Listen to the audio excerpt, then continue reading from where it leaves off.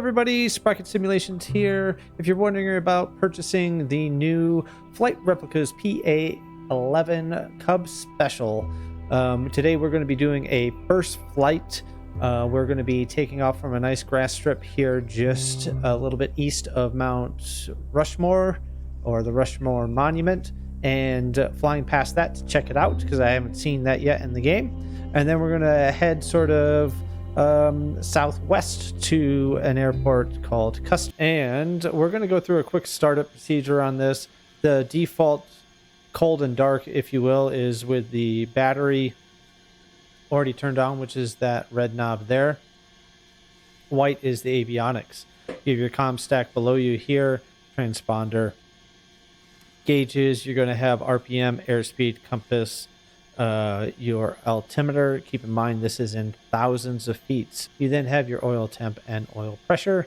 Next to that is your primer, and then coming over here you have your fuel valve selector. This is your trim, magnetos, carb heat, and cabin heat.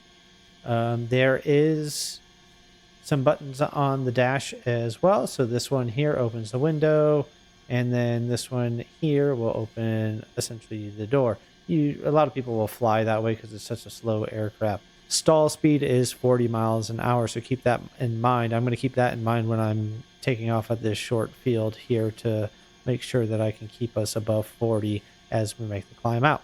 So let's go ahead and get it fired up. I'm going to make sure that my battery switch is turned on my panel. And then this is essentially, this little circuit breaker is going to be your alternator. I don't believe this would have had one in it, but that's their workaround for you, is that you want to make sure that's pushed in. It's a Microsoft Flight Simulator thing that if you don't have your alternator turned on in these older aircraft, your battery will die while you're in the air, even if the aircraft didn't have an alternator. We're going to come on down to our magnetos. We're going to rotate that over to both, and then we're going to come up and crack the throttle a little bit forward. There is no parking brakes in this, but we are on a grass field, so we don't really need to worry about rolling away. So with both magnetos set, actually this is your starter as well, and you're going to rotate that over, and then you're fired up. From here, all you're going to need to do is turn on your avionics. Now, as far as avionics in this aircraft, it's very minimal. You have your comm stack here, and then you're going to have your transponder. So we're just going to switch that to standby. That's all you get. So, on a grass strip, I'm imagining that we're going to need a fair amount of power to get this thing moving. So we're going to go ahead and start to bring the throttle in. They're starting to wiggle, and I obviously want to avoid an explosion, so we do a kind of a sharp turn to get around that. All right, so no flaps. So all I want to do is hold down the brakes, add some power in, full throttle. Once we hit 2,000 RPMs, I'm going to let her go. So keep in mind, we're already at 5,000 feet, so performance is not going to be great in the climbing department. Tail is already up. There's 30 miles an hour. We're at 40. I'm going to let it gain some more speed, 50, and then we're going to pull up. I'm just kind of aiming between those trees. We're at 55 miles an hour. Drop down to 50.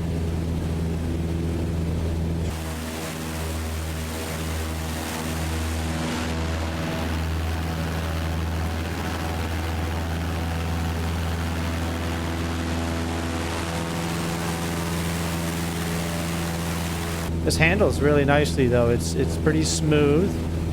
I wouldn't say it's twitchy by any means. It's very sort of gentle, but I do have to kind of keep it coordinated with the rudder. There is no turn coordinator nor attitude indicator, so you are literally flying old school. Just keeping this little hill in mind as I make this turn. Once we get up above these sort of hills, which we're just about there. I'm going to lower the nose down just a smidge. That's looking pretty good. Build that airspeed up, and we'll start to trim out a little bit here. That's what is the cool thing about flight simulators. I'm interested to see. I haven't flown this before. I'm interested to see how much detail they've put into Rushmore, because this, I think, was in the World Update 1 for USA. Now, one thing I want to do is go ahead and open up the window and open up the door. We can get a nice big view.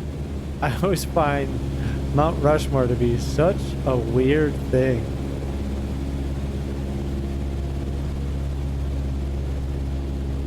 How bizarre, right?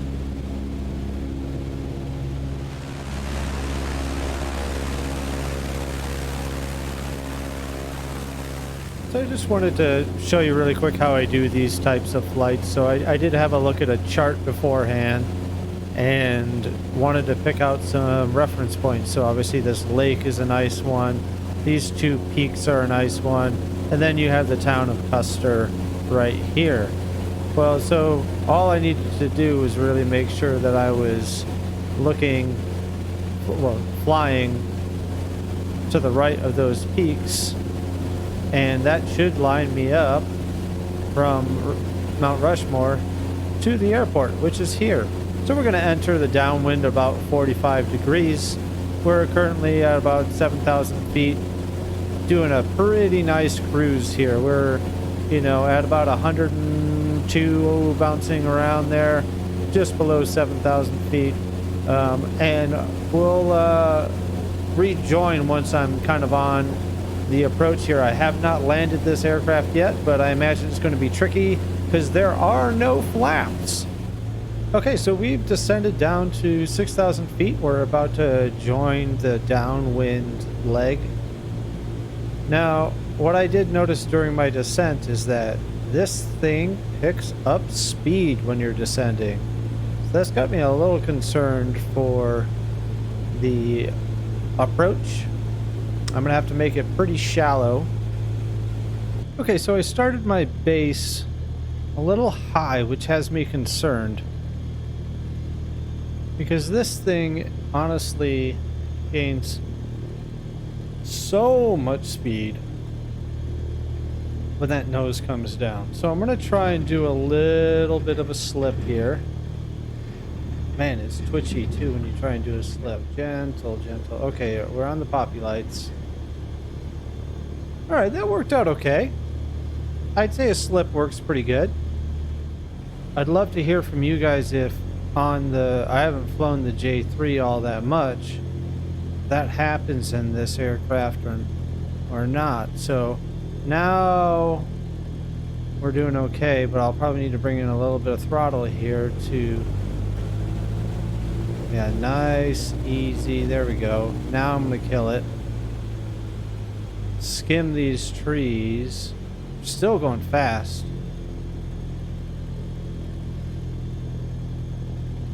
I'm just gonna have to try and float it and burn off this speed.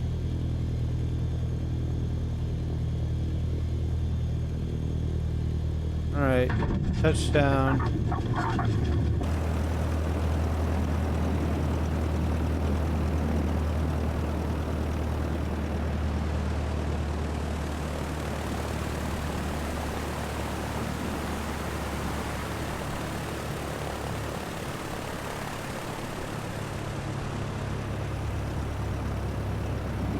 I think overall they've done a fantastic job. You can see the cabling that controls the sort of ailerons here. If we come back down, you got the cabling that controls the elevator. Underneath, you've got the cables that control the rudder. Over here, you have the two buttons to open up here and here. We'll leave those open so we can look at them outside again.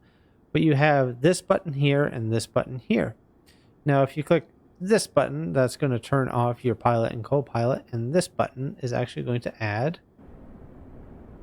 some tie downs.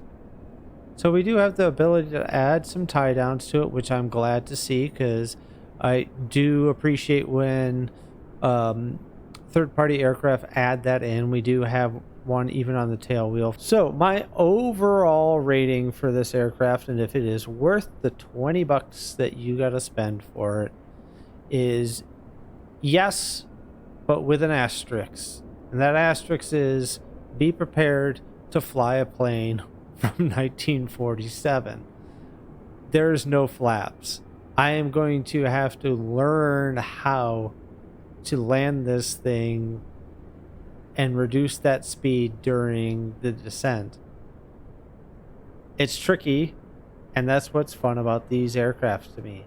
If you enjoyed this video, please like and subscribe. This is Rocket Simulations wishing you happy flights and silky smooth landings.